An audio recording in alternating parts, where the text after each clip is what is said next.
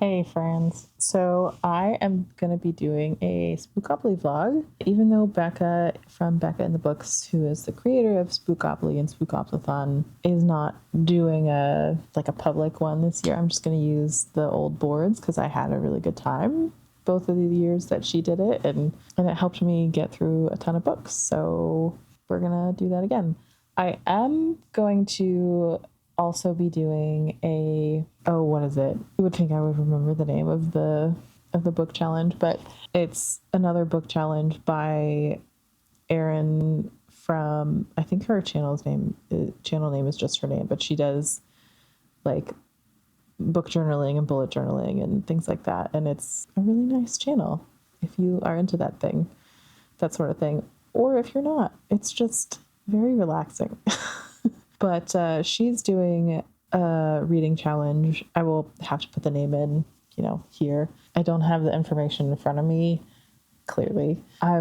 Basically, hers is like, if you go hard mode, pick a book for each prompt, and there are 24 prompts. And I was like, okay, that's actually a really good goal for me to just have like that number in mind. And what I'm going to do is going to combine the Spookopoly boards and the prompts from there and try to find 24 books that work. I have both boards. This one is last year's board.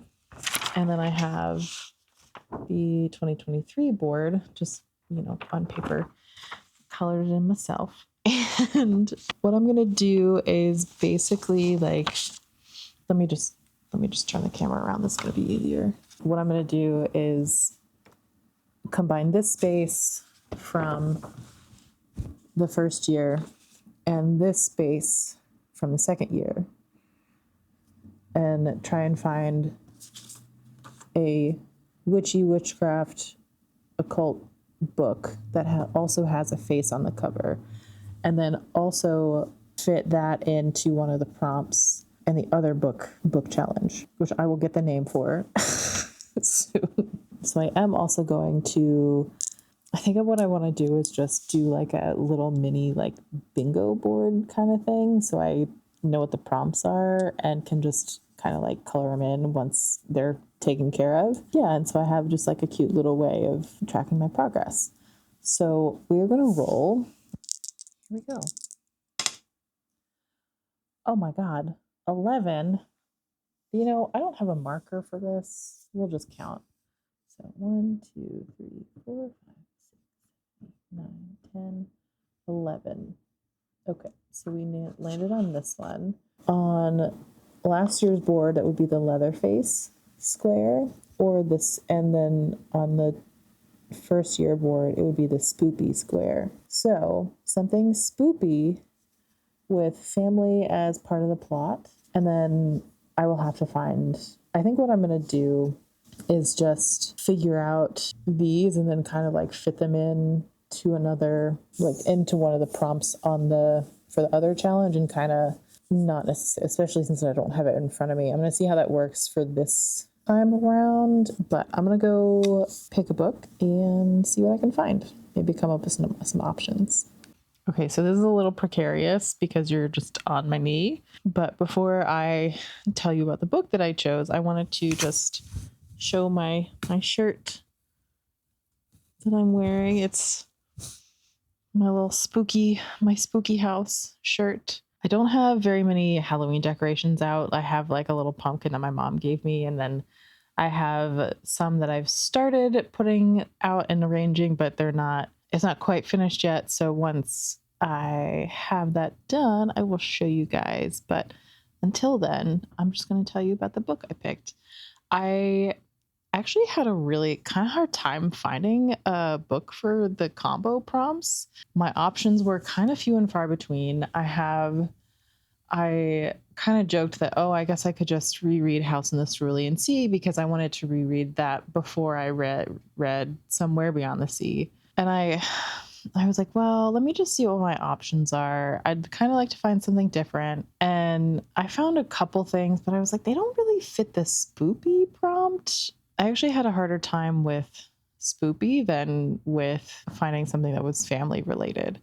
So the book that I did end up going with is Miss Peregrine's Home for Peculiar Children. So this is technically a reread, but I read this probably a solid 10 years ago and remember very few things about it. So yeah, it'll be like going in a little bit blind. I do have the sequel. One of my best friends went to a book event and got it signed for me by Ransom Riggs. So I don't remember like loving this or being like, oh yeah, like this is the next best thing I've ever read. But I was like 25 or something when I first read it. So like not the target audience at all. I do have the sequel that I have been putting off because I knew I wanted to reread this. Now it'll give me an excuse to get either another series started and continued or DNF'd off my shelves. And anyway, I will update you. Oh, I meant to make a little table with my little bingo board before doing this update, but here we are. So next update, I'll let you know what the name of the other book challenge and what prompt I'm using this book for. So I'll have some more information for you guys next time. Also, hopefully an update on how things are going with the book. Hello, everyone. I'm finally back with a little update. I have finished Miss Peregrine's Home for Peculiar Children, and this, like I had mentioned, this was a reread. I still had a decent time with this. I did think that the tone of the main character, he kind of reminded me of Hiccup. Like it's a very like super sarcastic 2010s male protagonist. Some of his observations about the actions and reasons behind actions of his parents and like other adults around him and just kind of little bits of commentary on society I was like, oh yeah, I get it. It was fun. I had a decent time. I do have the second book. Hopefully I will be able to like pick it up while I am doing Spookopoly and like be able to get it off my shelf because I've had that one for a really long time too. I don't know that I love it, and I don't know that it's something that I need to keep on my shelf for like long term. I think if I read the synopsis of the rest of the books, I would be fine. I did go ahead and roll last night because I was very excited that I had finished a book and then was like, ooh, what do I have? Like, what are my prompts to think of for next time? And I do have another update. I needed to tell you guys the name of the other challenge that I'm combining with this, and from Erin Smith's channel. She is doing, it's called the Bewitched Book Challenge. I just made like a little mini like bingo board for myself for each of the different prompts that she has. And so I'm going to try and do all of them. I think what I decided for Miss Peregrine's, that's upside down, a book you've been fated to read. So like a TBR vet, like something that's been on there for a long time. I'm going to turn the camera around and show you what I got for the next book because I already have one in mind. So let me turn this around. Okay, so I rolled a 10 last night. So I was on the spoopy square. So 10 from that is 1, 2, 3, 4, 5, 10. So black cat on this one, and then pentacle or like a 5-star prediction on the other one. So, and black cat is like a cat on the cover or as part of the plot or like a catalyst. Cat catalyst, yeah. Anyway, I think the book that I want is over here. Hello. I have a baby. Bean, what are you doing? I hope you heard that pitiful yell. I gotta figure out where the hell this book is. Where did I put it? Oh, I definitely need to make sure I pull these. What is it, baby? What do you need? What do you need, Bean? Baby, what can I do for you? Oh my goodness. Hi. Hi. So I did finally find the book, The Full Moon Coffee Shop, and it not only does it have cats on the cover, but it says, in Japan, cats are a symbol of good luck. As the myth goes, if you are kind to them, they'll one day return the favor. And if you're kind to the right cat, you might just find yourself invited to a mysterious coffee shop under a glittering Kyoto moon. This particular coffee shop is like no other. It has no fixed location and no fixed hours, and it seemingly appears at random. It's also run by talking cats. So I think that fits 5-star prediction and cats. And for the Bewitched book challenge, I'm going to do the book with an animal on the cover or in the title. So I want to come on and tell you a little bit about the book that I just finished. The Full Moon Coffee Shop is super cute. I think if you like Studio Ghibli films, or if you have read A Man and His Cat and like that, then I think you'll also enjoy this. It's like little vignettes. It's like interconnected stories, but the people in them are all connected. Premise is that they've been kind to cats, right? And you figure that out like in the epilogue, and it was really cute. But it means that we are now gonna roll again. So we're here. Where are my dice? Oh my god. At 2. Okay. Crows and ravens. So birds, bird feathers in the title or on the cover, and broomstick, a clean looking cover. The hell is this? I think those are 2 opposite. Oh, good lord. Okay. Well, I'm going to have to go look at the shelves. I'll be back. All right. So I have 2 options. The first one is Tempest and Slaughter by Tamara Pierce. I don't know if that is cleaner than the Nettle and Bone cover, which has a chicken on the front for my bird. I did find a few others that had like crane or eagle or crow or something in the name or on the cover, but they were all a lot more busy. So I'm a little bit leaning towards this for several reasons. Like it's like 100 pages shorter, 120 I think, but I don't know. I've also been having a really good time with T. Kingfisher this year. Hello friends, I have finished yet another book. I finished Nettle and Bone, and I had a really fun time. This was super cute. I don't know that I love it as much as I love her other stuff that I've picked up over the summer. This is definitely kind of like dark fairy tale retelling, non-specific fairy tale, seems like. But I don't know, I feel like there's just something magical about the way that she writes, and I'm just having a really good time with T. Kingfisher and her work. Something that I did not remember to do or roll a second time when I roll a double, which I did last time. And I was like, you know what? Like I finished this last night and I wanted to take a book to work, and I was like, okay, let me just roll for that really quick. So we were on Crows and Ravens. So a 3 is Toffee Apple and Bram Stoker. I had to find a book that draws you in, that includes vampires, or is by Bram Stoker. I don't really want to read Dracula.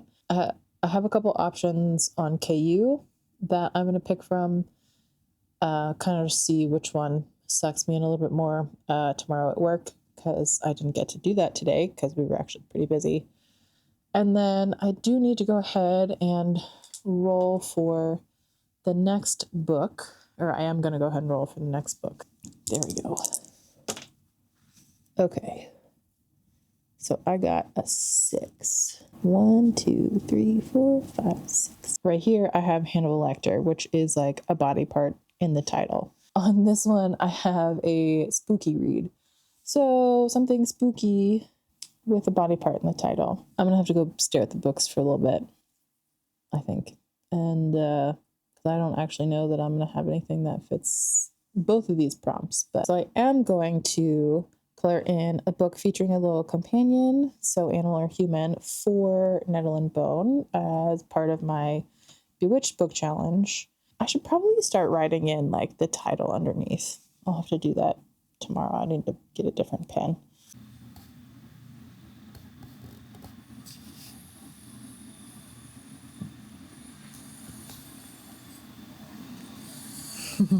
Tooey boy.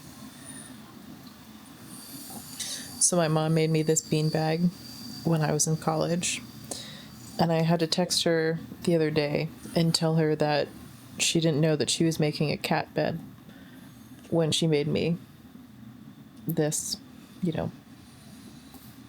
10, 15 years ago. And then we have some cross paws. That's the snuggling is about to get serious when we have the cross paws. Yeah. Sizzle man. I have a couple updates. I remembered the book that I wanted to read for the vampire prompt.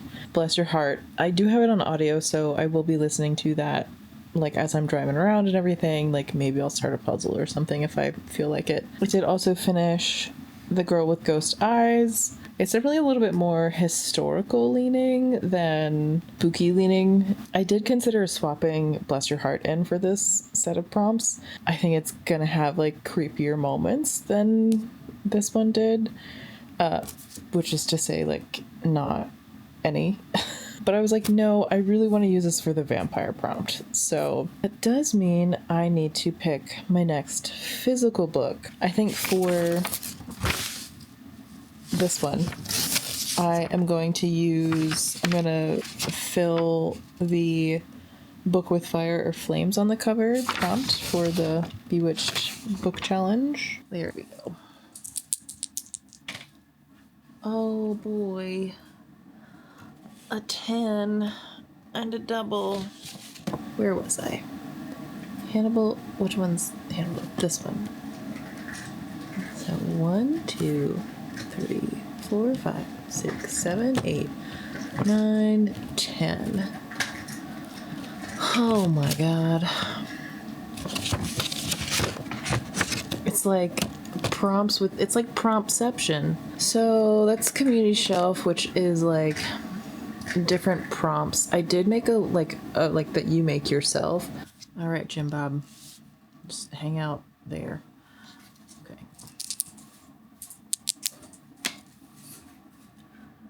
Okay, I had a moment where I thought that was going to be another double. It is a 9. So 1, 2, 3, 4, 5, 6, 7, 8, 9. Spoopy and family. Again, you know what? What happens if I... Oh my god. Another double. Good lord. Okay. 9, 10, 11, 12. Thriller, grimdark, assassins, murder, and sound in the title. Okay, so I've picked 2. For the first one, which was the Community Shelf one, I picked graphic novel / manga from my first year of prompts, and then deals with the afterlife / spirit world / ghosts. And I'm going to do a volume of Grandmaster of Demonic Cultivation. And then I did decide to go with the stabby ghost face prompt combo, which means I have to roll again. But for that one, I picked A Song to Drown Rivers because it literally has song in the title. And there's a murder. She's going to avenge her sister's murder. Oh my, you have to be kidding me. This happened last year too. Oh my god. If you can't see, it's a double 3. Okay. 1, 2, 3, 4, 5, 6. Oh, Lord have mercy. Okay. Is that right? That doesn't seem right. All right, 1, 2, 3, 4, 5, 6. All right, fine. Is it one dice for the dice roll roulette? I don't know that I've actually done one. Do I do one or do I do both? The dilemma. One. Oh, Lord have mercy. Okay. That's a 4. So somewhere, okay, so that's a manga. I don't know that I'm gonna get that in a feed scroll for my next double. Okay, we have a 6, not a double. So 1, 2, 3, 4, 5, 6. Oh my God, this shit again. You know what? We are gonna pretend like that never happened. Oh, you fuck right off. This is what I get for just ignoring the rules. Okay, so 1, 2, chance. So chance is just a TBR. Oh, you know what? You can draw a ball for me. I have all these balls. Please be Kings of the Wild. All right. All right. Let's pick a ball. Yep. Let's see. Open her up.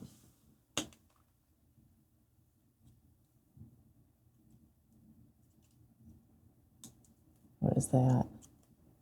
Let's see. Bloodsworn Saga. What the fuck is that? I don't know. Is that the John Gwynne books? I think it is. I still need to roll one more time. Good grief. All right. Well.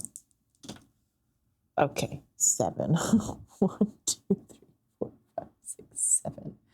X. Oh shit. Ha ha ha. Yeah. All right. That's gonna be great. It is the John Gwynne Great. series. Love this for me. All right. So I just rolled a 7. Thank God, not another double. So it's Pumpkin Spice and Shirley Jackson. And Pumpkin Spice is a smutty book. And then Shirley Jackson is either by the author or something with a building on the cover. Have the Bridge Kingdom. Maybe since it's like bridge is a structure. Yeah, hey, look, there's a building. There's a building on this cover. Cool. Oh, feed scroll. I gotta figure out the manga. I am back with an update. I have finished A Song to Drown Rivers, which was my book for. Hang on, I gotta get my papers. Stabby and sound word in the title combo prompt. I don't know if I would like truly call it stabby, but like she is very much motivated by revenge and is like out to destroy kingdoms and stuff. There's a war between 2 different countries or 2 different kingdoms, and her side is very much losing, but the soldiers are still kind of just rampaging whenever they feel like it. And her village has been attacked. Her sister has been killed in like kind of a pointless way. And she's this legendary beauty, and she gets handpicked by one of the king's ministers to be trained to go to the other kingdom as a concubine tribute and get intel for them for like as long as it possibly takes. Like this spans several years. I feel like this would be a perfect like historical C drama. Devastating, but perfect. Like that's all I could picture as I was reading this. And I'm really glad that I was, because this is the Fairy Loot edition of the book, and they included an annotated chapter like at the very end. And the author makes several comments of like, oh, this scene is really common in a C drama. Yeah, there's one where it's like in almost every C drama I've ever watched, there's a scene like this that's in the chapter. And I was like, yes, I'm doing it right. I am picking up what you're putting down correctly. If someone would like to make this into a C drama, I would watch it. I do think this is inspired by some sort of legend. Like you very much get that feel. Like she's sent off to be the concubine to this conquering king, like she very much puts herself in a position to be fallen in love with. Like that is the goal. Like that's the goal, like for him to fall in love with her, become obsessed with her, and for her to be able to manipulate him. I did really enjoy the author's examination of the way the main character was used by men through the entire story. First, she's recruited by this minister and trained for the king. And like, yeah, she's also motivated to seek revenge against these people. She is then in turn used and manipulated by this king and his other advisors, the king that conquered her kingdom. And it was a really interesting look at that and how, yeah, sure, she brought this kingdom to its knees and brought about its destruction, but at what cost? For the Bewitched challenge, I decided to use this book for the book that feels surreal, dreamlike, or whimsical, because a lot of her time in the palace felt kind of dreamy. You know that scene in Pride and Prejudice where Lizzie is like on the swing and just like spinning as like the winter goes by or like the seasons go by? It like felt kind of like that, where you'd get like hints of what was going on, and then you'd kind of get another, like you'd go around again and you'd get another hint, and it would be like, it felt like that. For my dice roll roulette and feed scroll prompt, I did finish volume 10 of Apothecary Diaries. This was fantastic as ever. Okay, so I did start Shadow of the Gods. So I'll work on this one, and then I will eventually pick up Bridge Kingdom for my smutty book, smutty / building on the cover. For the Apothecary Diaries one, like the prompt for this is going to be a book with a potion, poison, or elixir in the story. And I feel like Apothecary Diaries is kind of perfect for that, because Mao Mao is a taster for a courtesan in the Emperor's Palace and loves poison and medicine. And there wasn't a ton of it like directly in the plot in this volume, but like she is like thinking about like specific incidents involving poison. I don't actually have to stretch it because it's mentioned at least twice in here. So I did have to kind of stretch it on page number because it was only like, it was like 180 pages, and I was like, okay, I was supposed to read 200, but oh my gosh, it's bus time. Oh my gosh. Is it snack time? Probably. Okay. Oh my goodness. It's a noodle. You too, Cecil? Yeah. Oh, stretchy boy. So I decided that if I land on another prompt that I've like combo prompt that I've already done, I am just gonna do like 2 rolls to get a different combo. Hello friends, I am here with an update. I have finished Bless Your Heart, which was my vampire / sucks you in pick. It was an audiobook, which is why it took a little bit longer, because I was just listening to it like to and from work and the barn and everything. I really enjoyed it. I finished it and like immediately went and downloaded the second book, because I think that came out like maybe August. I'm not really sure, but I did go ahead and put it in here. I picked the book about family secrets prompt because there are a lot of family secrets in this small town and fit really well. I am 290-ish pages into Shadow of the Gods. So I think I have just under 200 pages left. I'm really enjoying this. It was a little slow to start off with because you're following 3 different POVs. So you kind of get like bits and pieces. I feel like I didn't get like a pretty decent handle on things until like 100 or so pages in. But this book is almost 500. So I was like, okay, like that's fine. I'll give it that. But then there were some events that happened around the 150 page mark where I was like, okay, well, now you've got me. Now I'm hooked. The synopsis on the back is so vague. Like it's obviously like so much more intricate than that, but I feel like it maybe is almost something you do need to go in a little bit blind for. I've kind of been forced to digest this in smaller chunks by like reading it at lunch at work and then kind of in a little bit in the evenings. And I did download the sequel to Bless Your Heart, which is Another Fine Mess. I'm kind of tempted to roll just to see if I can like sneak it in for another prompt. I would need to get a 5. Let's see if I can do that.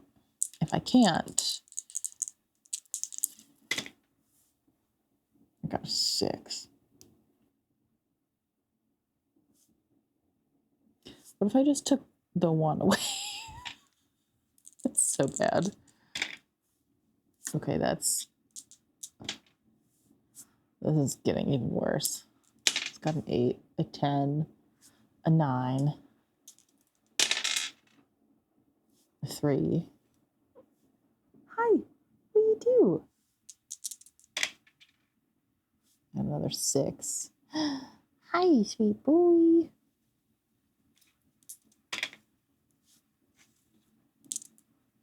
Are you gonna help? Oh my God. Oh my God. You gonna do it again? No?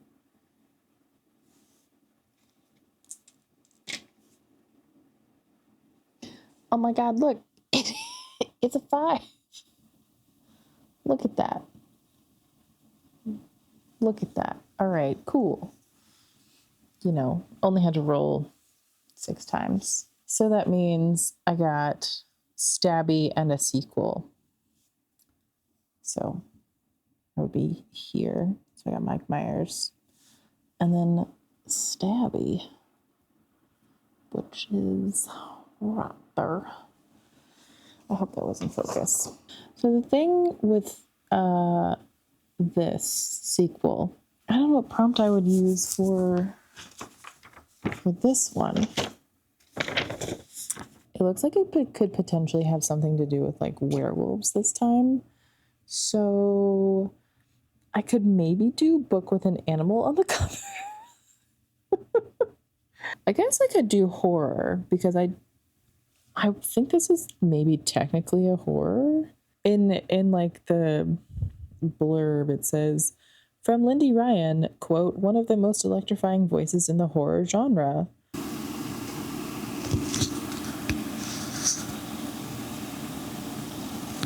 All right, I am back finally. I definitely did not get anything completed on Sunday like I wanted to, but I did get a good chunk of Shadow of the Gods finished, but I didn't actually finish the book.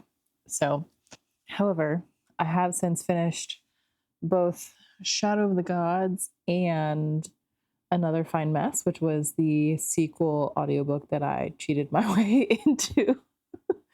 into selecting. I did also start The Bridge Kingdom. I'm only like 20 pages into it, so like they haven't even met yet. So I did want to talk about Shadow of the Gods and Another Fine Mess first. So yeah, I finished this last night and was like, the ending, like how much the ending got me kind of came out of left field a little bit, where it was like, oh, I wasn't expecting that. And like some of the events, and I just was like, no, why would you do this? And like but then there were some reveals where I was like, yes. So yeah, it's going really well. I do have the second book here. What are you doing, Albert? He is rustling something. Let's just go see what this creature's up to. What are you doing? What you doing? Yeah. What are you trying to get? Oh, you're trying to get... He really likes bags and bags full of things. So he's probably trying to get... You trying to get the pistachios? Yeah. Oh my goodness. You good boy. Do you need a snack? Yeah, so this definitely felt very Norse. Like, if you have read any other Norse fantasy, if you've read any of the sagas, if you've read historical fiction, or if you've seen like the Vikings TV show, or if you've played Assassin's Creed Valhalla or anything like that, like there are parts of this that are going to feel really familiar to you. And like you'll be able to see a few things coming. Like it's not unexpected. I think something that epitomizes the like Norse literature genre or like Norse fiction genre, whether it's literature or a TV show or a game or whatever, is just the level of like casual violence and like the way that some of your favorite characters can die or get hurt or like live on the edge of death or dismemberment on a regular basis, whether they're in like a battle crew or not. So, like, it was just such a part of daily life, or like, fictionalized at the very least, it is very common that that's a part of daily life. So, there's one character that I don't like as much as the other two, but she definitely grew on me as the story progressed. I think there's a lot of room for her to grow, like character wise.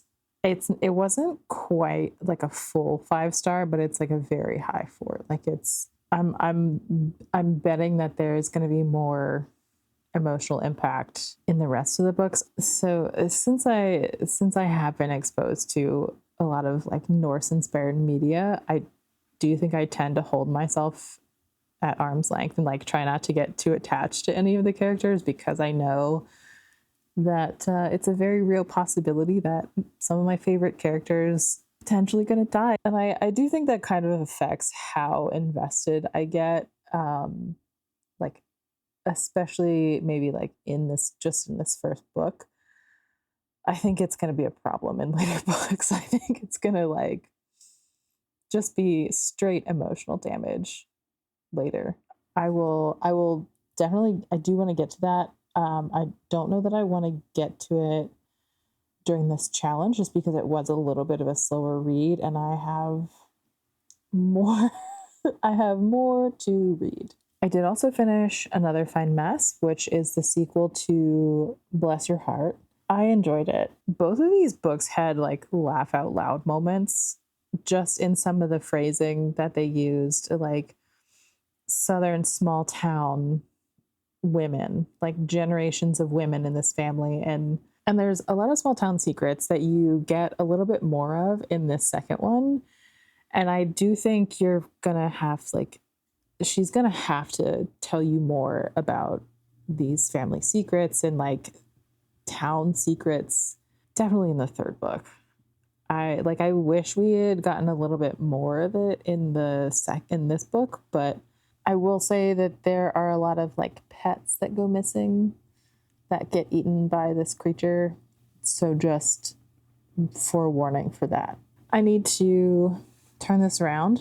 This is my little like bingo board that I made. So for Shadow of the Gods, I did a book with a theme of resistance, rebellion, or survival.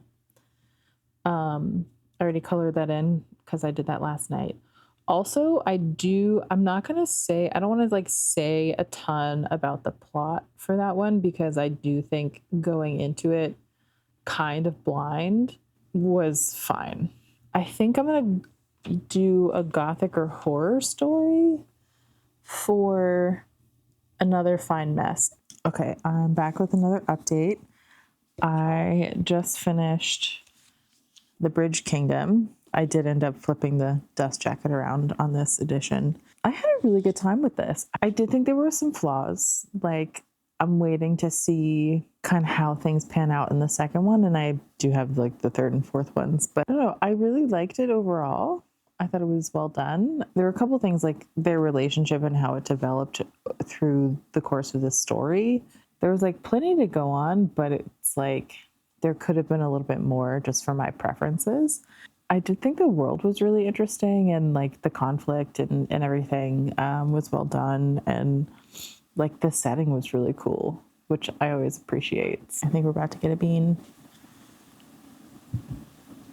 There he is. Now that I am done with my whole like slew of like 5 doubles in a row, I get to pick a new one. Oh, I do need to say for the Bewitched Book Challenge, I think I am going to do this one for a book with a stronger, fierce female protagonist. I could have done that for Shadow of the Gods, but I think that one fit a little bit. The theme of resistance, rebellion, or survival fit a little bit better. So, all right, here we go.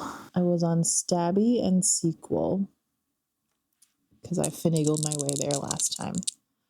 Oh no, where did you go? I dropped a dice. Okay. Crisis averted. Okay. We have, what is under here? Oh, Jim Bob. Okay. So 6. 1, 2. Randomize my TBR. Which means, okay, do I pick my audiobook for that? Call it random.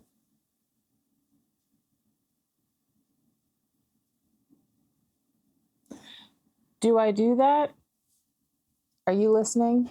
I got a 6, which landed me on the go, which is randomize your TBR. Do I do that for the audiobook I'm listening to?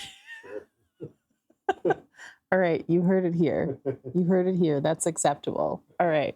That means I still need to roll again for a physical book. Here we go. Oh my God.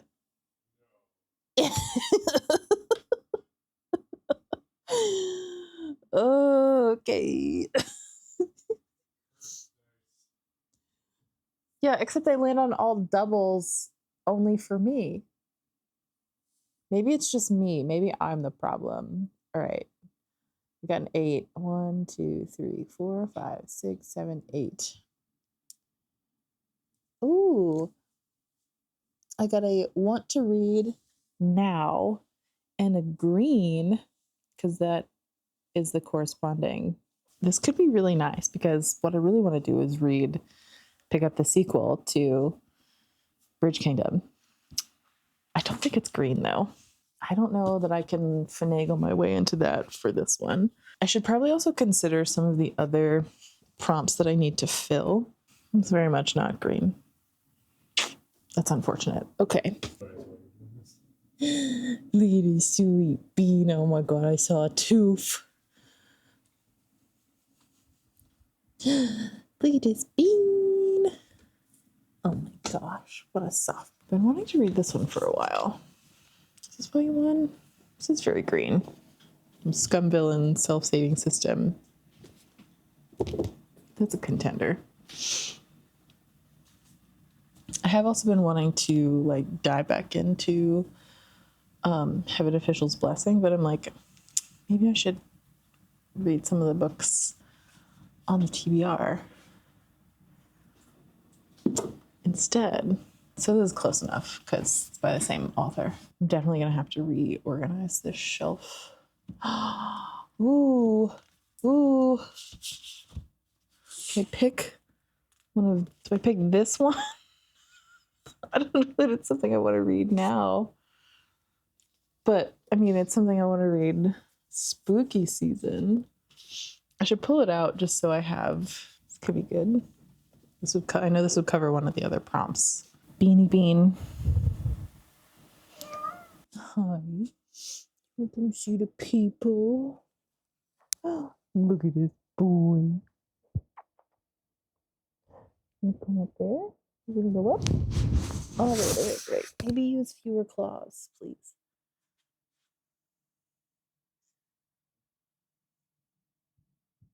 Okay.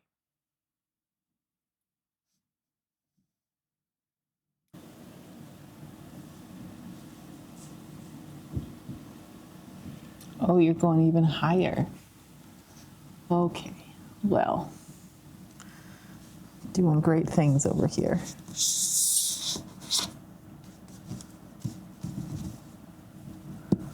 Okay.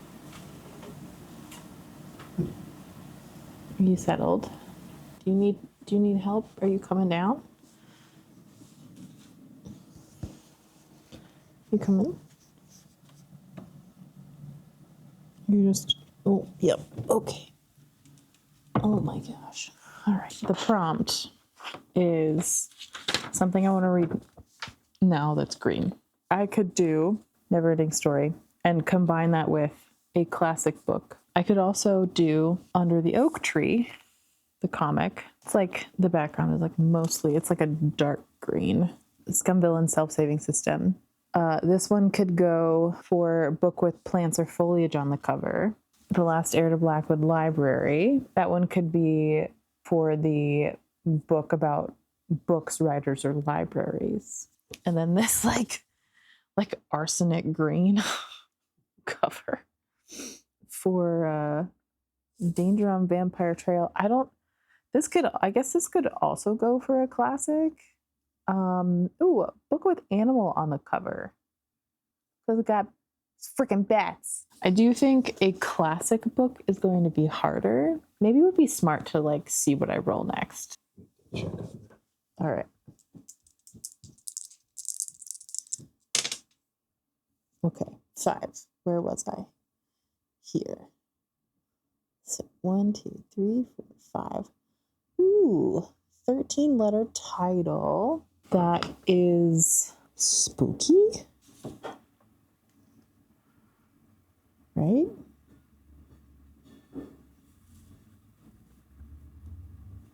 Yeah.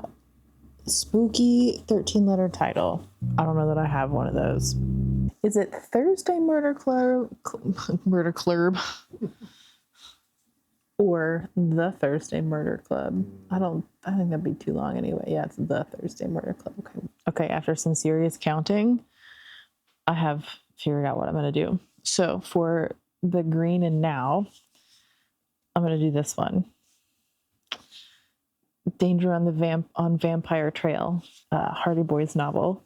Once I read it, I think I'll decide whether I want to, which prompt I want to pick for the Bewitched Book Challenge, but I'm kind of leaning towards either a classic book, since the Hardy Boys series itself is a pretty classic series, or I could do a book with an animal on the cover, because, it's freaking bats. For the Spooky 13 prompt, I have Steal the Celestial Shadows, and obviously if you count this, or even look at it, you can tell that there's more than 13, but it is 26, which is 2 13s. So I was like, you know what? This is probably one of the only spooky books I have.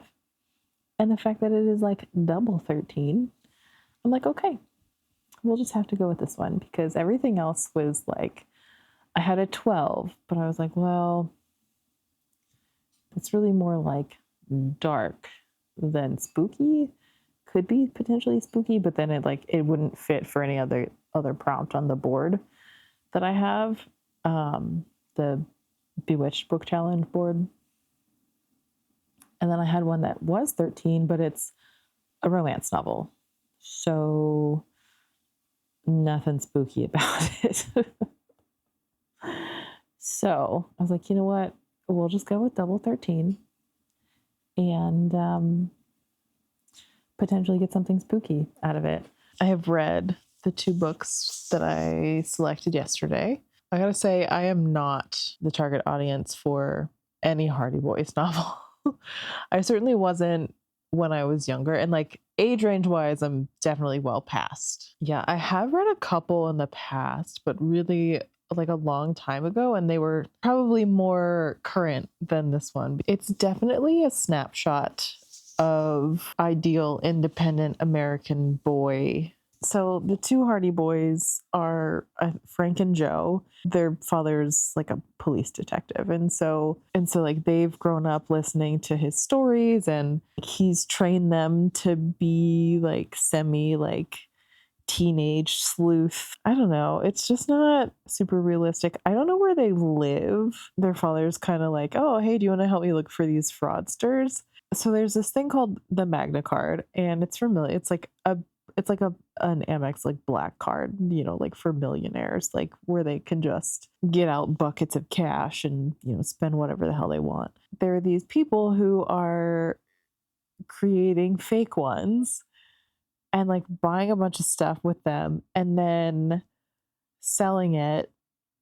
And so they like go hunt them down. This is not how you go do this anymore. So like it was interesting that way, but they were also like following them to somewhere in Colorado, and they get into all of these situations that were caused by these people, and it's just so like implausible. I don't know. It was a very quick read, and the margins are really big, and the text is kind of big and spread out, and so yeah, it was fine. I am going to go ahead and do this one as the classic book because it's such a snapshot of America in the 70s. Also, Hardy Boys is definitely like a classic series. Not for me, and I think this might be the last Hardy Boys book that I end up picking up ever, and that's probably fine. And I also finished Steal the Celestial Shadows Volume 1. This is about a samurai who can't touch metal. Like anytime metal comes close to him, it like bends, it warps. He can't get any work. Is like ready to give up. And this woman is like, "Hey, I'll marry you." And he's like, "I don't know why you're doing this." Then like at the very end, like some supernatural stuff starts happening, some like darker supernatural elements that have like put a hex on his house and are trying to take his wife away. And so that's where it ended. And I would kind of like to get the sequel. I get to pick another physical book that I can read, and that's really exciting. There we go. Okay.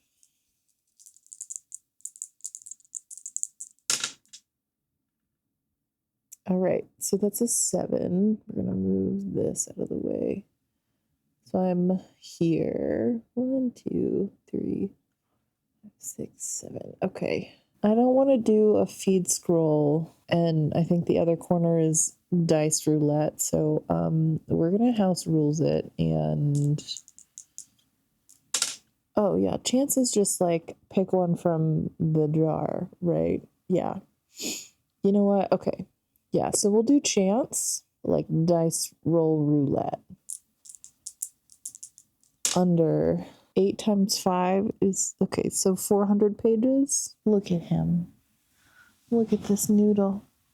Look at this noodle, baby. Oh my goodness. I have to straighten my knee out, buddy. Look at him.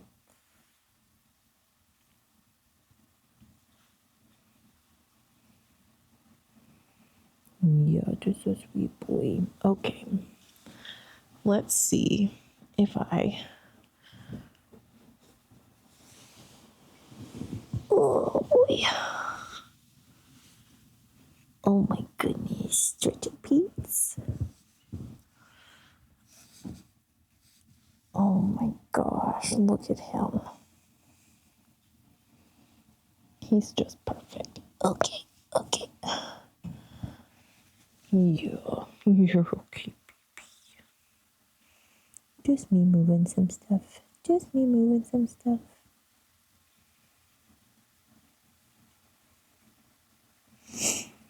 Okay. Let's see if I can reach the book that I was thinking of. Oh my goodness. Yeah, just a baby.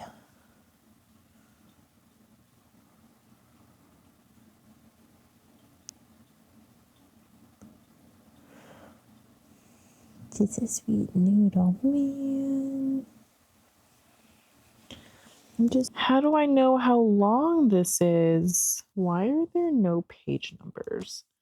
I'm trying to figure out if this volume of Under the Oak Tree is 400 pages or not. Look at him. Look at these Pete's. And this sweet little Tom. Yeah. Yeah. He's just a good baby. He's just a good baby. Let me just look this up. 416 pages. Awesome. We'll do this one. I have finished volume 1 of Under the Oak Tree. And this is basically a refresh because I had read the webcomic ages ago. I am very much behind on the webcomic, but like I remember a lot of it.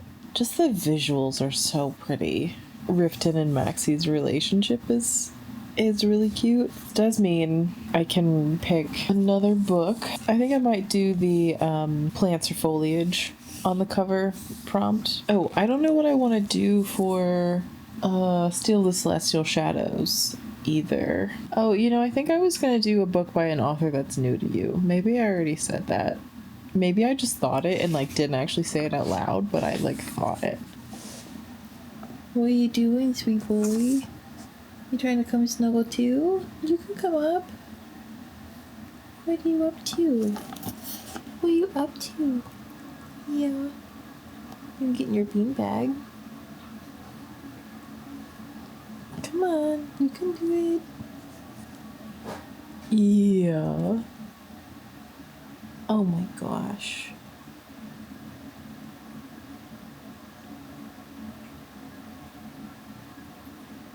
Okay. Well, this is the state of things.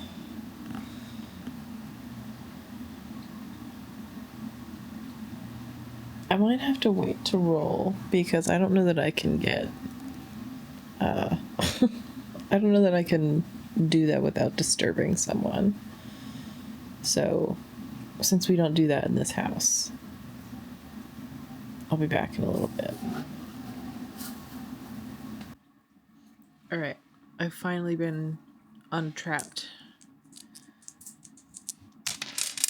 Oh my gosh, okay. So, got an 8.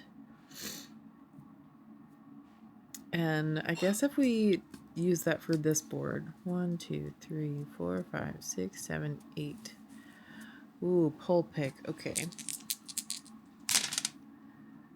Or a 3. Okay, so a 3 would be 1, 2, 3 crows and ravens, or 1, 2, 3 ghost tour,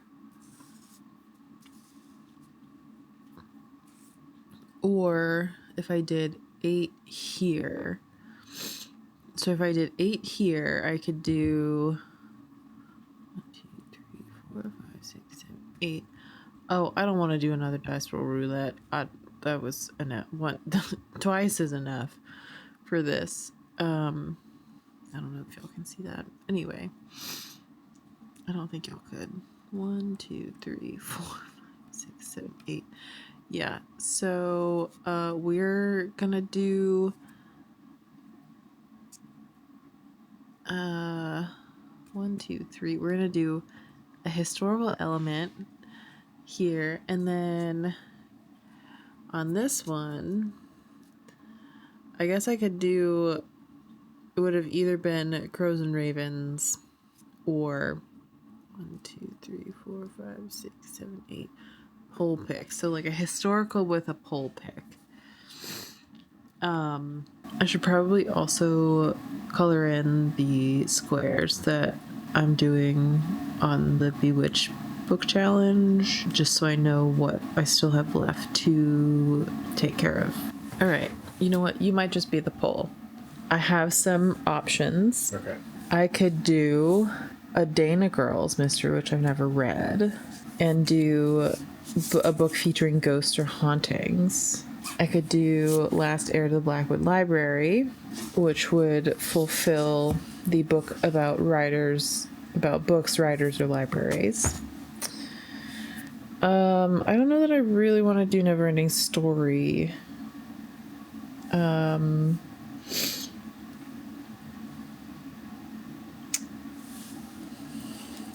I could do Song of the Lioness, graphic novel. like European, vaguely European inspired fantasy. All right, these are your 4 options. That's it. That's good enough. Okay. Would you like a refresh, like a recap of your choices? Maybe just read the titles for me. Okay. That'll be enough. The Ghost in the Gallery. Okay. Last Heir to Blackwood Library. Song of the Lioness graphic novel. Dreams of Stardom. Since it's in like a theater ish, I'm going to assume that it's some sort of play situation. I was thinking maybe toward that. This one? Yeah. Okay. All right. Well, you heard it here, folks. We're going to do this one. I have finished The Ghost in the Gallery, which is a Dana Girls mystery. I had never read one of these. Like, I was a Nancy Drew girl, but like I had never heard of the Dana Girls mysteries. So, yeah, this was way more fun than the Hardy Boys.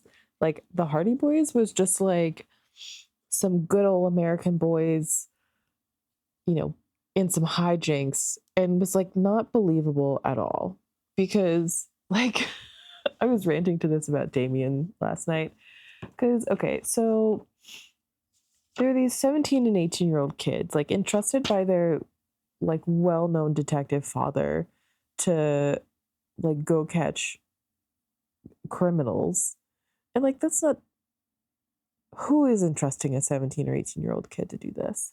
So the first line is the dad, and he says, do you boys feel up to tackling a counterfeit case? And the reply from one of his sons is, of course, Dad, we'll tackle anything from flying fullbacks to dangerous crooks. Such a weird depiction of like the typical happy American family. They're after these counterfeiters who like may or may not be dangerous, and they take 2 other friends their age and their dog in a camper. I was just sitting here like skeptical to the max, not having a good time, and just being like, you guys are dumb. Anyway, The Ghost in the Gallery was not that. This was actually believable. This was actually really well written and intelligent, and yeah, I had a much better time with this. Like, I actually read it and didn't just like, oh my god, what is happening, like kind of like skim through the pages. Yes, this was published in 1955. Is just such a different vibe. So I went to a women's college. These girls are in like a girls' boarding school. And it's 2 sisters, and they're kind of known around campus for being able to like solve mysteries and that sort of thing. And they're putting on some operetta for school. And everyone's getting involved. There's like a contest for who's going to get to do musical numbers, and they enter one in into the contest, but their music gets stolen. And then like all of a sudden there's not enough seats for everyone who's like parents and families want to come. And so they're like, hey, well, this old opera house in town is reopened, so like why don't we see if we can host it there? And they like go get the key from this lady who owns it, who lives next door, and she's like, oh yeah, by the way, it's haunted. And it's actually believable. It's actually like methodical. They also have this like nemesis at school. Like, she kind of reminds me of Myrtle from Lilo and Stitch, where she's just like the reason that she's their rival. Hello. Oh my gosh. Oh, bless you. The reason that they're rivals is because this other girl is jealous of them and how popular they are. And so she just like plays pranks and like makes trouble for them. And it's like not really pranks. Like it's a little more than pranks. I feel like there's a lot of like situational things that they're like, where it's something potentially dangerous or sketchy, where they're like, oh, it's just this girl playing a prank again. And so it kind of like their normal day-to-day life and this mystery kind of connect a way where you're like, oh yeah, like if I was in that same situation and I had this nemesis, like I'd probably think that too. And for the Hardy Boys, I was like, what are you doing? I will be using the book featuring ghosts or hauntings from the Bewitched Book Challenge. I'm going to roll again. I have a Halloween barn event this afternoon. I did think about dressing my horses up. I did go to Spirit yesterday afternoon, and I was like, I don't even see the things that I would need to get for like my part of the costume. Years ago, I dressed up one of my horses as I was Mr. Fredrickson from Up, and he was my balloons. He was my Ellie. It's super cute. I'll put a picture in from years ago. But I now have a second horse, and I was like, oh, it would be really cute if I could do like a Russell costume and just get like a scout sash type thing. I found an adult Russell costume, but it came with everything, and it was like $50. And I was like, I don't want to spend $50 on a costume that I'm going to put on a horse when I'm only going to realistically use like one portion of the costume. I guess I would have used like his little like bandana, like the orange bandana. Like I would have used that part of it. I kind of just don't really have the bandwidth for it. And so it's just like, we're just going to go hang out, see other people's costumes. Maybe I'll wait until I get home to roll so I can roll twice and see if I can get an audiobook. Okay, I'm back. Had a really fun time at our little barn day. A friend of mine got a video. There's a trick that you can do like to get your horse to smile when they like flip their lip up. Like if you've been around horses, you've probably seen them do it. I'll see if I can get it from her and have her send it to me so I can put it in here because it's really cute.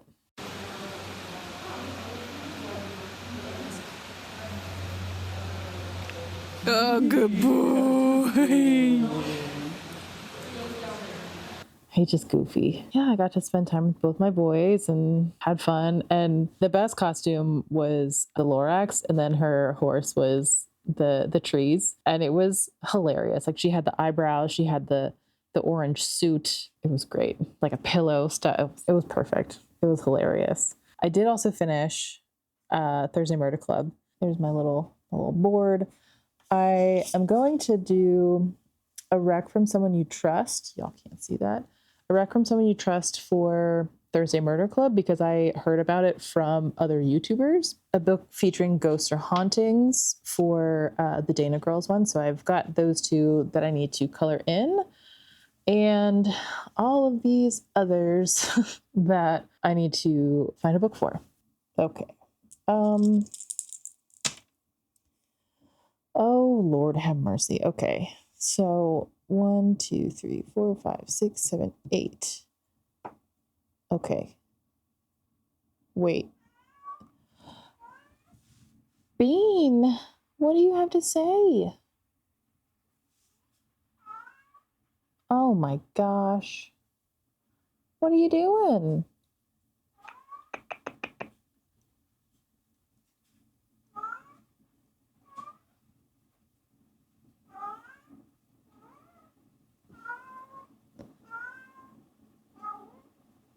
Uh-huh. Yeah? What are you doing?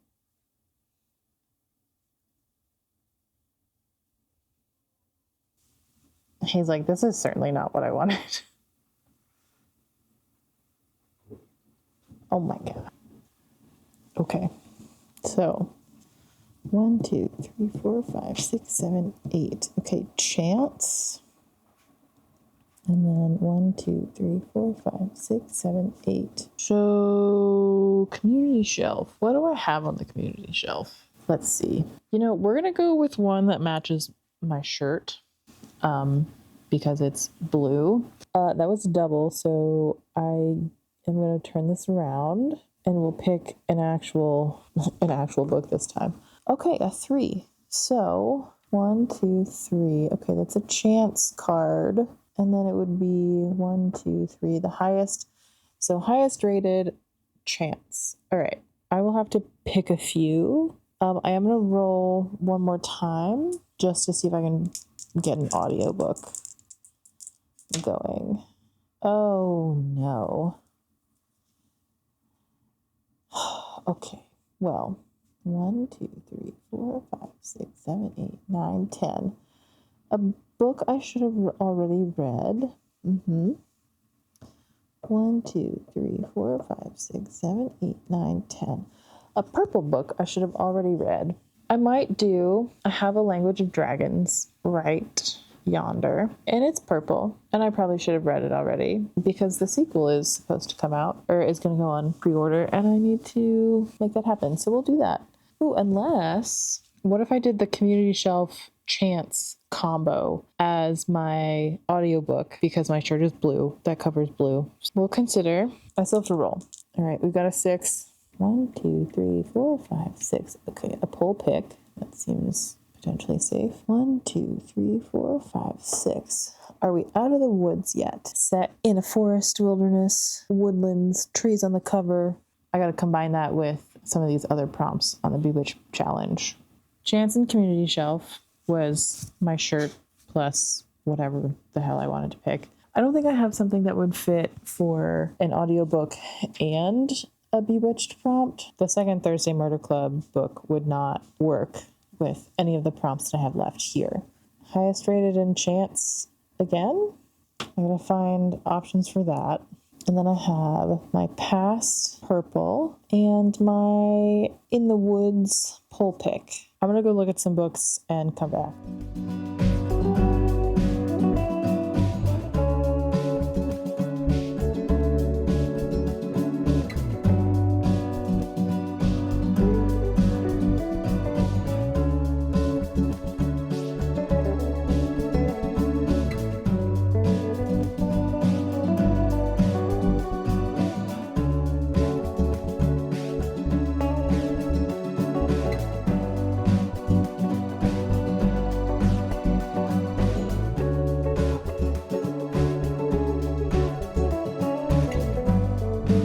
So I don't think I actually came on the other day and said what books I was going to be using for which prompt.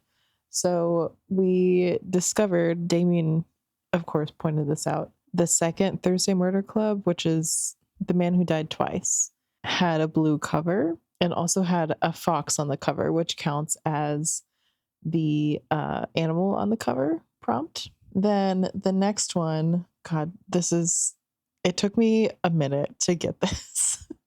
The next one was lowest rated in Chance. And so I just grabbed a stack of random ones that would work for various prompts on the board. And one of those was Winter's Orbit, which I have actually just finished. And I'll tell you about that in a minute.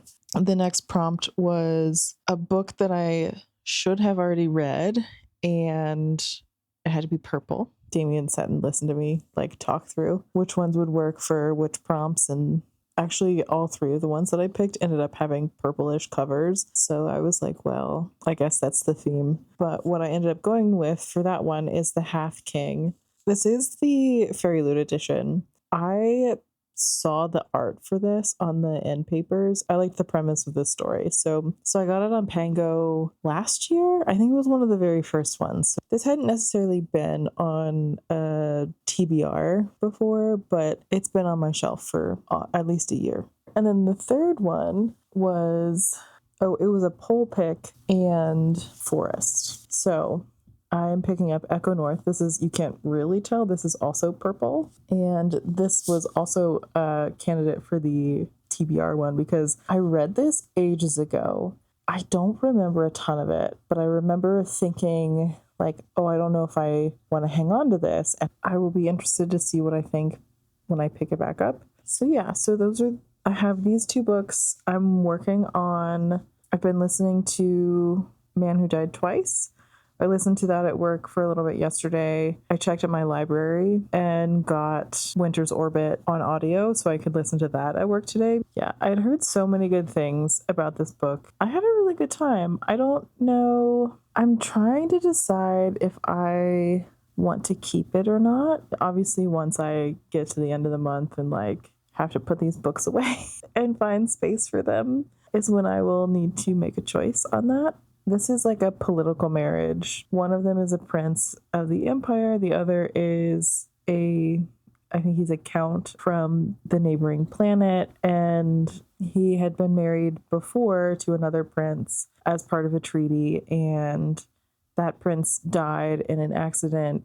It's like a month after that prince died. And he's being forced into this marriage for the treaty again. And so the imperial prince is like, why are we doing this? Why are we making him do this? There is miscommunication, but it is like cross-cultural miscommunication and not two people unwilling to talk to each other to like hash out their feelings.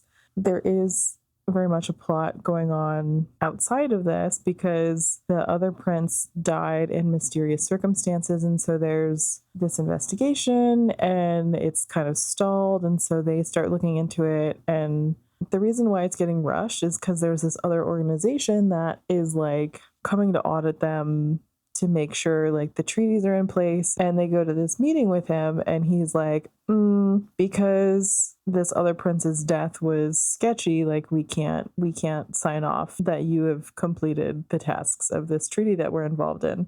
They're like, okay, well, like we got to get to the bottom of this. And there are a couple of things that just aren't explained as well as I would want. There are these things called remnants, and it's not super clear like what they are or where they're from. But, like, what are they a remnant of? They have an effect on the world around them. I don't know if hallucination is the right word, but they can alter your perception of things. And the group that the auditor is part of collects them, and I don't know if they destroy them or if they like store them somewhere because they're kind of dangerous. I don't know. Like that part wasn't explained super well, and I think if we'd gotten more information on that, I would have appreciated it. But honestly, the relationship was the main focus of this, and that was done super well. It was super cute. I was going to show the art in here. So this is the inside art on one of the end papers.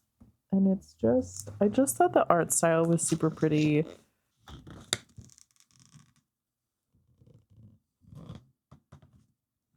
And then there's no reverse dust jacket, but that's what the naked hardcover looks like. And it's also purple. I'm not sure I'm going to get to roll again because it is the 28th, which is Tuesday.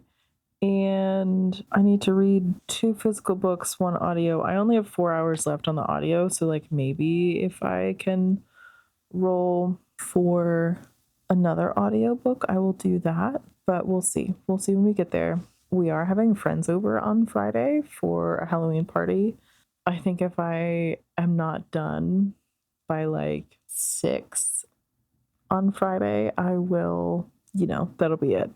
I want to try and get as much done as I possibly can, but these might be my last 3. All right, I'm back with another update. I did realize that I forgot to say what prompt each of these books are for. Winter's Orbit that I finished yesterday is for the book with stars on the cover prompt, because, stars set in space, all that good shit. The Half King, which I just finished and we'll talk about in a minute, is for the book featuring a prophecy, vision, or psychic, because she's an oracle or a failed one, or, whatever. And it actually takes up a pretty good chunk of the plot. I have some thoughts on this book. Tonally, this reads like a Nickelodeon kids TV show. In this world, we have a goddess who was betrayed by some of the noble families. We don't really get a timeline. It's like hundreds of years ago. There are 4 specific families that are now cursed because of their betrayal. So the firstborn gets the family curse, and then the secondborn goes to like the temple. If it's a girl, they go to the seers, who are all women, and then if it's a boy, it goes to the priests, who are all men. And because of some hierarchical, temple nonsense, the priests rank higher than the seers. Cerise is our female main character, and she is she's almost 20. She's trying to be a seer, and because her gift hasn't manifested yet, and it usually manifests by your 20th birthday. And one day, Reverend Mother, whatever the hell they call her, is like, oh, you need to go be the king's religious liaison, basically. The king is one of these cursed noble families, and his Like his family curse is that the firstborn is human by day and shadow by night. It's like not in the sexy way. Like people are like, oh yeah, he's a literal shadow daddy. No, there's no like using the shadow. Like he doesn't have control over it. It's not something he can like have sexy fun time with. It's like, oh no, he literally just turns into smoke or shadows. Like it fully manifests at the time he's 20. By the time he's 21, he's like fully claimed by the shadows. She has basically been raised in the temple, and so is like fully indoctrinated into this religion, I guess, this faith. And there's even commentary about like being around priests who look at her a certain way, view her a certain way, treat her a certain way, and how she avoids them, how she avoids some of them and not all of them, like knows that she is safe with some of them and like unsafe with others. And like maybe not necessarily even physically, but just that they like the control that they have over her. She's like super naive, super gullible, super innocent, just like doesn't want to see anyone hurt, doesn't want to see anything hurt. So she's like very tenderhearted, but she also believes the things that she's being told by this religious institution. She gets there, she's shown around by the high priest, and then she is shown around by the king's friend when she like as she's taking over the role from the past emissary who supposedly poisoned herself. As they're interacting, the king's friend is like, oh, you should be more skeptical of the priests. And she's like, okay, you're right. And then during her first interaction with the king, he's like mean to her. And so she tells his friend about this interaction. And he's like, oh, well, like he's just trying to keep everyone at arm's distance and has to build up the callous on his heart. And she turns around, and the next time she sees the king, it's like, I understand that you're scared, like you don't want to get close to anyone. And I'm sorry about that. I'm sorry for like pushing, but like you need to be a ruler for your people. And he's like, oh, and like does it.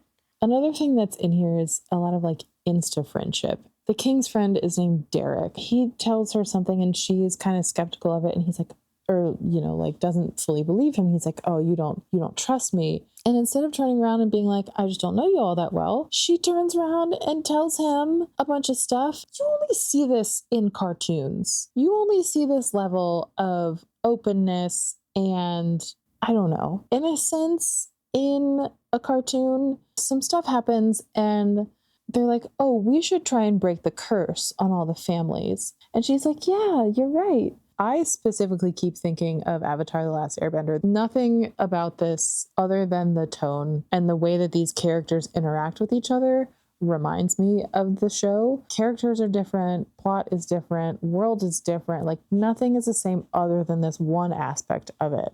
She's supposed to be having this kind of like awakening of how she doesn't need men and purity and like all this stuff that has been ingrained in her since the time she was a baby. Her faith isn't dependent on these things. There are almost no other female characters. Like there are some maids that play a very small role, like at the very beginning. She has a relationship with her sister who is like not physically present, like her sister and her mother, who are not really physically present up until like the very end of the book, like right at the beginning and then at the very, very end. You see her interact with like the Reverend Mother, whoever is in charge of the seers. There's the king's consort, who you discover is gay and not a rival for his affection. And then she disappears she's not involved in the rest of the book. So she's literally the only female character, but then she gets kind of like directed by men a lot of the time. And you're just like, there's something weird about this. And then there's a scene, this is a little bit of a spoiler. The priests can be compelled by the king. They realize that she can be compelled by him. And so she must be a priestess. They've fallen in love a little bit at this point, which the relationship is like, it's fine. It's mid. There's attraction, but there's no angst. They figure this out and they're like, oh, we have to be really careful about never using this on you. He comes back and is like, actually, there's one thing I'm gonna order you to do, and that's to protect yourself no matter what the cost. Like turns around and like controls her. There's something off. There's something wrong about this. Like, there are just some wonky things about this book where you're like, I don't think this worked the way you wanted it to. And I think tonally, this plot didn't fit with this book. I feel like they just didn't match. We'll very much not be continuing with this series. Finally, my final thing about this book. Okay, so I don't think I can find the description of the general. You know what? Hold. Let me just. I was trying to see if I could figure out how much taller the high priest was than Cerise, but it says storming toward them was the largest man she'd ever seen, at least 2 heads taller than Father Padron and twice as broad. So like this man is a big man. So later on, while they're on their quest, we get told that he has a 20-hand horse, at least 20 hands. It says the general stalked toward his horse, a mammoth stallion at least 20 hands high. I just need people to use Google. Like I need you to understand how measuring a horse works. A hand is 4 inches. The horses get measured at their shoulder, at their withers, which is like the top of their shoulder. 20 hands is 80 inches. That is 6'8". Please, for the love of God, just do some Google. Oh my God. I understand that you want a big horse, but there are Olympians who are like 6'4". They're probably on 17, 18 hand horses. I don't think people understand how big that is. And like when I see that in a fantasy book, I'm like, do you know how this works? Because I don't think you do. It's not common. It's certainly not common in like a sport horse. It's more common in like your big like Clydesdale. So like the Budweiser horses, those are going to be big dudes. Some other draft breeds also get really big. It just takes me out of it because I'm like, what else do you not know what you're talking about in here? This sure as hell is a big glaring obvious one. I guess Horse Girl ran over. Now that I finished that, and like unfortunately kind of wasted my money because that could have been a library read.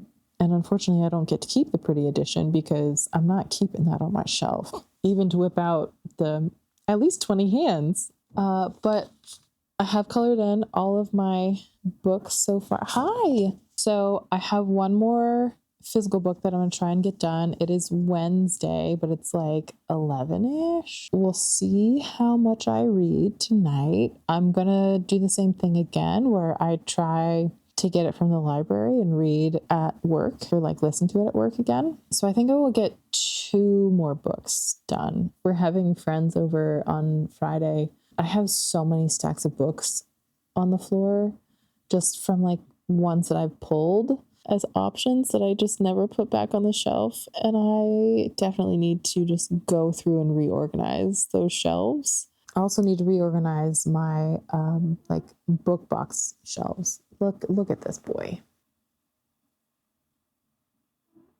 Yeah. Hey, boo.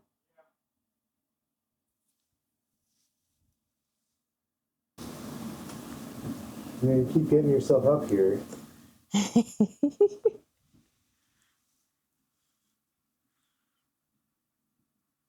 Oh my gosh.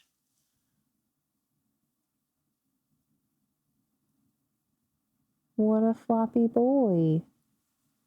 Ready? Come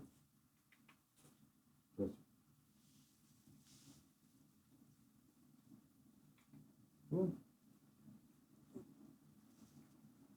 Oh my goodness, what are you doing? You gonna come down? You have to. Yeah, he's coming.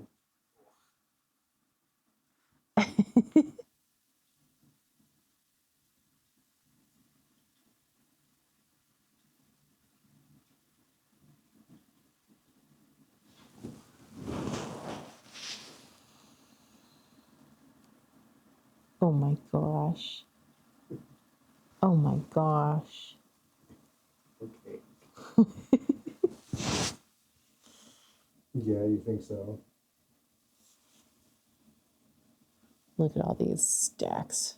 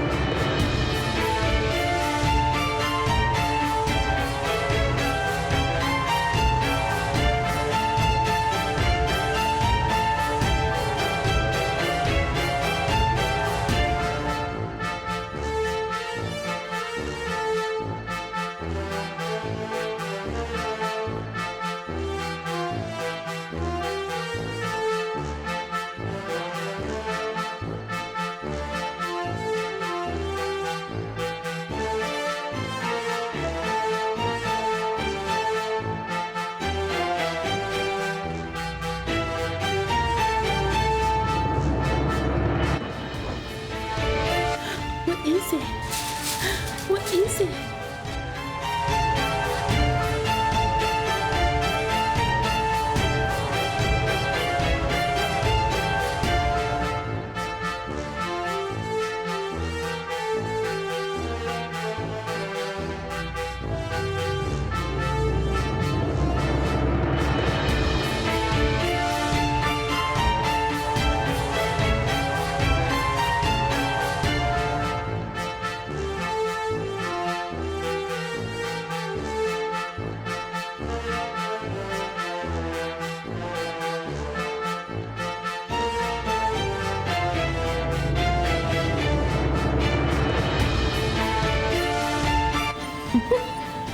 It's on my head.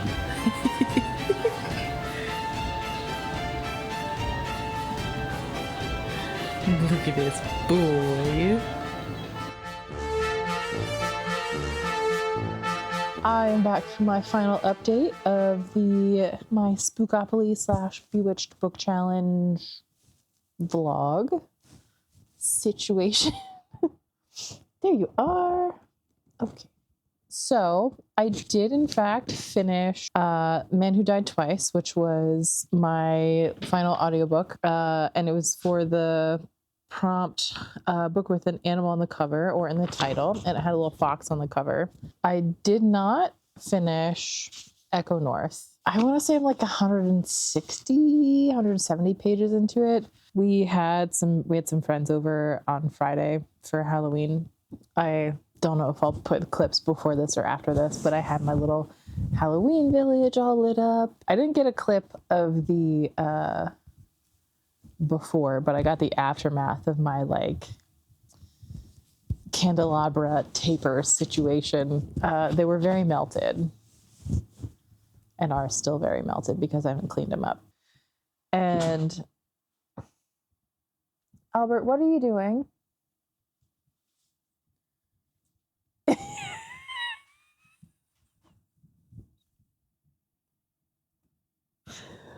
Let me see if I can get him. What are you doing with those pistachios? What are you doing with those? You're such a noodle. You're such a noodle.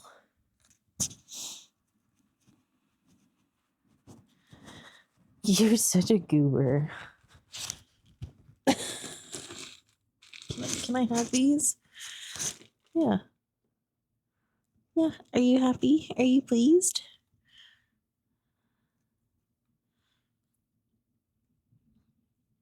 Yeah. Oh my God. You too. Got this big old tum. This cute little tum. This cute little tum. This is my little dense bean. My little dense black bean.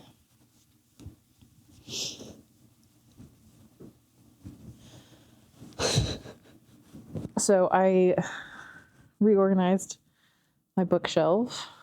So this is my like main like TBR shelf. So that shelf has like all of my non-book box TBR books.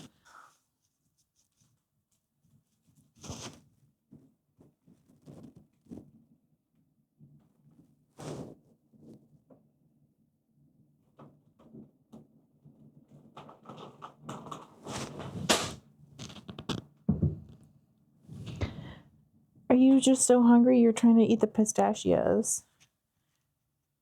Or do you just need them? Yeah.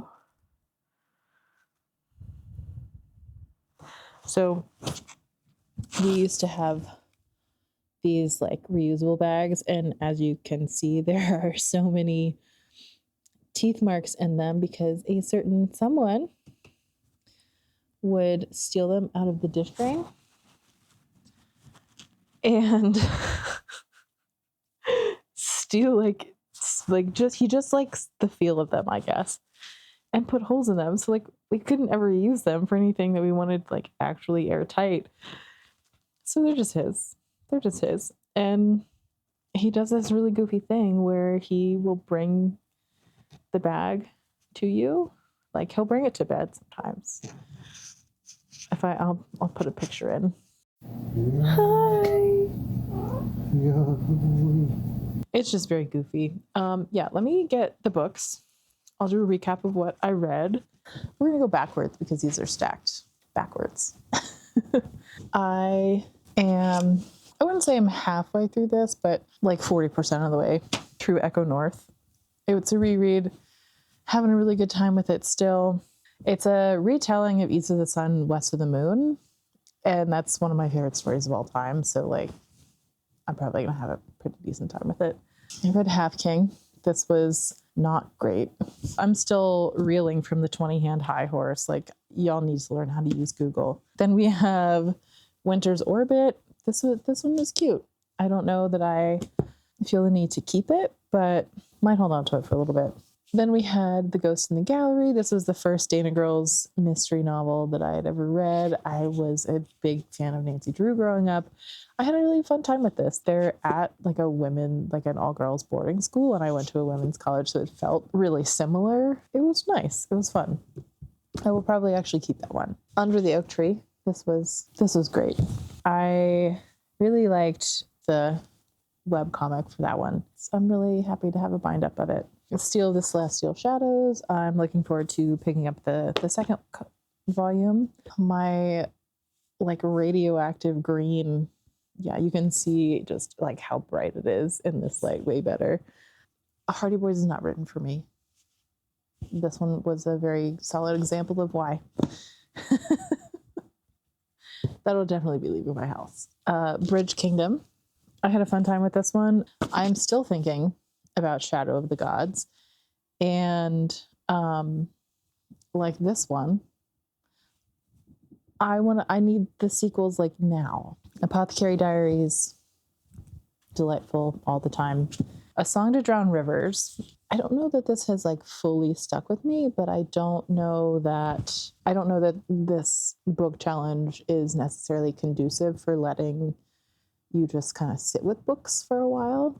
So that's not necessarily the fault of the book. I would definitely read more from this author. I will probably hang on to this for a while. Volume 9 of the Grandmaster of Demonic Cultivation comic. Still delightful. The Girl with Ghost Eyes. This was way more historical than I think I was expecting, but that's okay. The Nettle and Bone by T. Kingfisher. The Full Moon Coffee Shop by Mai Mochizuki. And Miss Peregrine's Home for Peculiar Children. And then I did pick up 4 audiobooks. So Bless Your Heart and Another Fine Mess by Lindy Ryan. And then Thursday Murder Club and Man Who Died Twice by Richard Osman. Thursday Murder Club and Man Who Died Twice were both rereads and still delightful. They just make me very happy. Of these that were like all new to me. So like Not Under the Oak Tree, I'd read the webcomic of that. And the series that I like already knew that I liked. Not counting those, I think my favorites were I think the ones that have like stuck with me the most and that I've like thought about again are honestly probably Bridge Kingdom and Shadow of the Gods. Like these two really stood out to me, and like especially the way that they both ended made me want to continue both of them immediately. But the other two that I think I enjoyed the most were Nettle and Bone and A Song to Drown Rivers. Those I think are probably my top 4. I do have the sequels to both of these. This one was on the shelf over there. I think I have already pulled the sequel to this one. I have little baskets of ones that I need to get to sooner. I'm trying to be really good this year about reading books before I pre-order the sequel. And so I have a few books that I need to read before I do the pre-order for the sequel. I guess let me know if you've read any of these books and what you thought of them. And yeah, I hope you guys had a really great October reading month and a really good Halloween. And let me show you. This is my final like colored in bingo. So I had the free space in the middle. So I did not get to a book with the word dark in the title. A book about books, writers, or libraries was going to be for Echo North because there is a library and she like hops into these magical books. A nonfiction book, a book involving magic, witches, or spells, a book with graveyard bones or a skull on the cover. Hope you guys had fun watching all the cat shenanigans and joining me on this Spookopoly journey. Anyway, I hope you guys had a fantastic October and Halloween, and I will see y'all next time, whether that's September or November, because somehow we've reached the last quarter of the year, and that just seems incorrect, but whatever. Anyway, I'll see you guys next time. Bye.